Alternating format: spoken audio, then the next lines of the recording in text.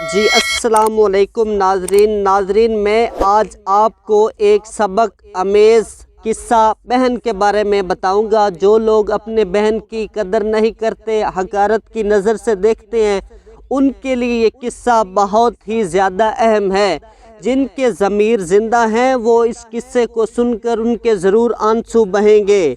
नाजरीन वीडियो करते हैं शुरू। नाजरीन, बहन की शादी को 6 साल हो गए हैं। मैं कभी भी इसके घर नहीं गया। ईद शबरात पर अब्बू अम्मी ही जाते हैं। मेरी बीवी एक दिन मुझे कहने लगी, आपकी बहन जब भी आती है बच्चे घर का हाल बिगाड़ कर रख देते हैं और खर्च भी डबल हो जाता है। और तुम्हारी माँ हमसे छुप छुपा कर कभी इसको साबन की पेटी देती है, कभी कपड़े, कभी सर्फ के डब्बे और कभी तो चावल का थैला भर देती है। अपनी माँ को बोलो ये हमारा घर है, कोई खैरात सेंटर नहीं। मुझे बहुत गुस्सा आया। मैं मुश्किल से खर्च पूरा कर रहा हूँ और माँ सब कुछ बहन को दे देती है। बहन एक दिन घर आई हुई थी। इसके बेटे ने टीवी का रिमोट तोड़ दिया।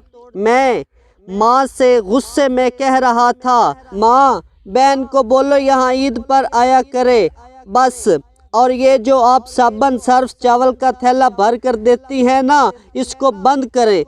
माँ चुप रही, लेकिन माँ ने सारी बातें सुन ली थी। मेरी बहन कुछ ना बोली।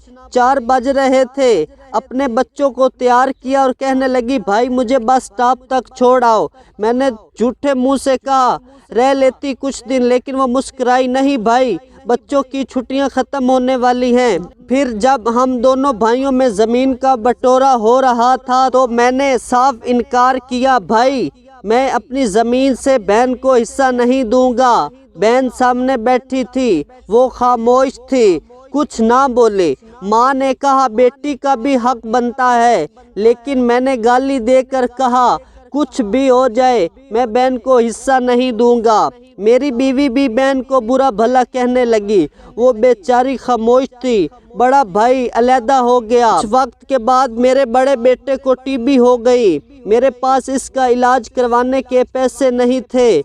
बहुत परेशान था। मैं कर्ज भी ले चुका था, लाख रुपया।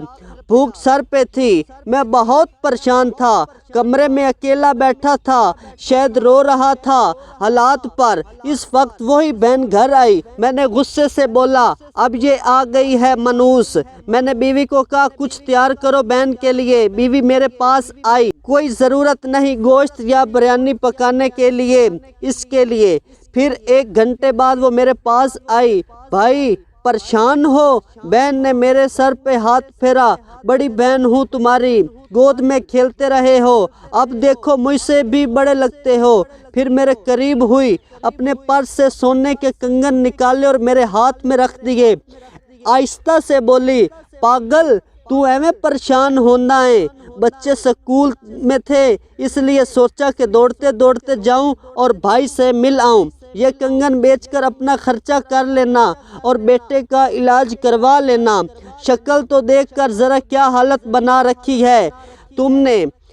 मैं खामोश था, बहन की तरफ देखते ही जा रहा था। वो आहिस्ता से बोली, किसी को न बताना कंगन के बारे में, तुमको मेरी कसम है। मेरे माथे पे बोसा किया और 1000 रुपया मुझे दिया, जो 150 के नोट थे। शायद इसकी जमा पूंजी थी। मेरी जेब में डालकर बोली, बच्चों को गोश्त ला देना। जल्दी से अपना हाथ मेरे सर पे रखा। देखा इसने बाल सफ़ेद हो गए हैं। वो जल्दी से जाने लगी। इसने पैरों की तरफ देखा तो टूटी हुई जूती पहनी हुई थी, पुराना सा दुपट्टा ओढ़ा हुआ था।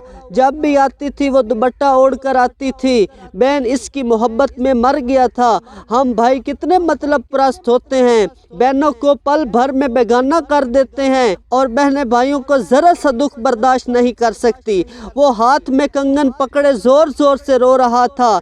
इसके साथ मेरी आंखें भी नम थी। अपने घर में खुदा जाने कितने दुख सह रही होती है। लम्हे बहनों के पास बैठकर हाल पूछ लिया करें, शायद इनके चेहरे पे कुछ लम्हों के लिए एक सुकून आ जाए। बहनें माँ का रूप होती हैं, बहनें माँ का रूप होती हैं, बहनें माँ का रूप होती हैं। मिलते हैं एक नई वीडियो के साथ, तब तक के लिए अल्लाह हाफिज़।